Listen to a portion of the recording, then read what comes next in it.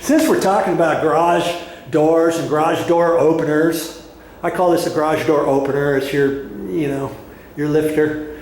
And there's different ones. This one here happens to have chains, and there's 2 chains to them. You see that chain right there?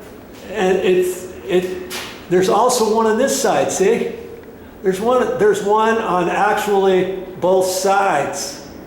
And sometimes those chains start drooping. They start drooping, you might think, oh, maybe they can take a link out and put it back together. Well, it's possible, but there's also a whole motor assembly in here, because we just had ours changed out. He says, oh yeah, the little sprocket's probably all messed up. He took it all apart. Sure enough, there's a heavy-duty plastic sprocket thing with some other gear things attached to it, and he happened to have one on his truck, of course, and he replaced it, and son of a gun, thing works good now. But I was asking him, I said, if you had a choice, if years down the road we want to replace our garage door opener, what kind would you suggest? Because there's the kind with the chain on here like this, and then there's also one I've seen with, it's just a long continuous screw.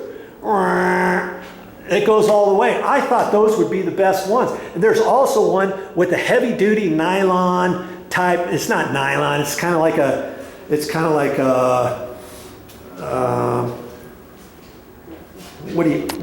you get for your pulleys and stuff in the car, your fan belts.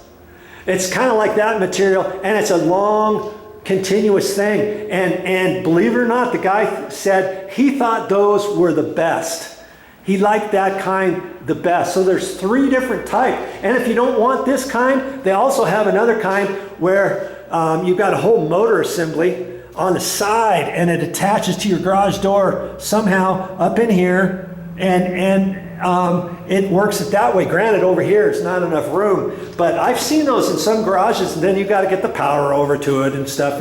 But lots of people swear by those because there's not much maintenance to them, and it's just this one little thing that fits there. You don't have this bracket up here. Maybe this bracket's in your way. Maybe you want to take your garage and you want to have shelves or something. You know, maybe yours is, there's more room here or something, and you want to put some shelves, some storage shelves up in there and stuff. You don't want to mess around with this bracket and the garage door opener and these brackets along here and stuff. They've got that. Then you would get the one that mounts on the wall over there, and then you can do away with this whole thing. There's no maintenance that you have to worry about anymore. No chains are going to loosen up anymore. No motor or gear is going to be all messed up later on, because it's all on the wall. So if you've got any questions about that, check on that way to install a garage door opener as well. Here's something else you might want to think about. If you're really set on needing to get another garage door opener, 1 or 2 or something, you really want it from the same company, you can look at your garage door opener. This one happens to be a LiftMaster Professional. Okay? Does that say professional? Yeah. I had to look at it because I was reading it wrong. LiftMaster Professional, it's a 1/3 horsepower. I mean, I could call up a garage door company and say, oh, by the way, do you happen to have LiftMaster, the actual LiftMaster garage door openers for a 1/3 horsepower, and it's a LiftMaster Professional?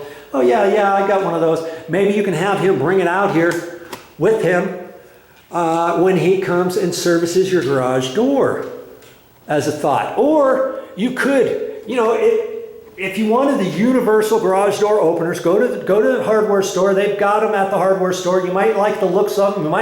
You might not like the looks of them. You might say, nah, I don't want to use that. What else can I do? I'm giving you these different thing to do, to try. Check that. You could go on there. You can go to LiftMaster and go to their website. Maybe they'll sell you one over the internet. Maybe they've got a store and they can sell it to you, and you tell them you got a LiftMaster Professional 1/3 horsepower.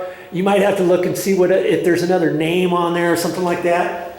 And you can buy it over the internet. Maybe. I've never tried it, but that's something I would check, and I may end up checking that. I already wrote down the information of this one. I may check on that before going to the hardware store, or even after going to the hardware store. Maybe I don't have maybe we'll just look at the universal ones and think, I don't know if I like the looks of that, and it's long and bulky, and it doesn't look like the other little garage door opener that I'm sure this one comes with. And maybe I'll do that, especially for the fact that I'm going to have somebody come out here to service this anyways. Or here's another thought. Let's say the guy doesn't have one. Let's say you can't find a website, or they don't sell them over the internet, let's say, and you can ask the guy. Oh, you can tell the garage door company, service company who's going to come out. Maybe they can order one from LiftMaster for you if you can't get one directly from LiftMaster on your own. And it doesn't have to be from LiftMaster.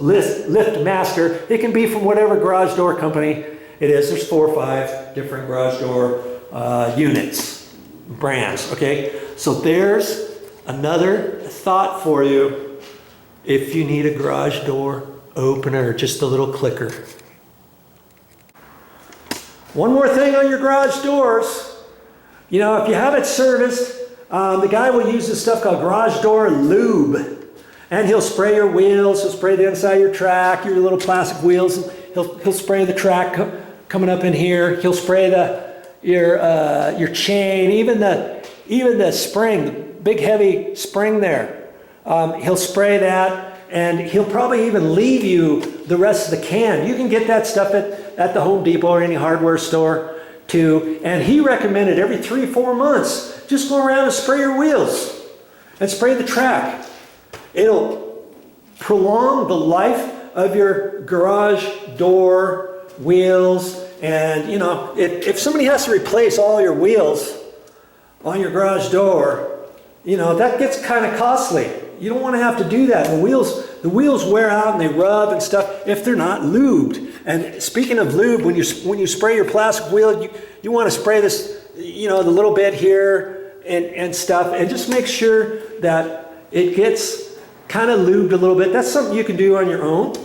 And then if you need to replace one wheel assembly, usually it's this little thing right here. You can take that apart. You can take that down to the hardware store. They might have it, or you can go to a garage door company and they might sell you one off the shelf or something.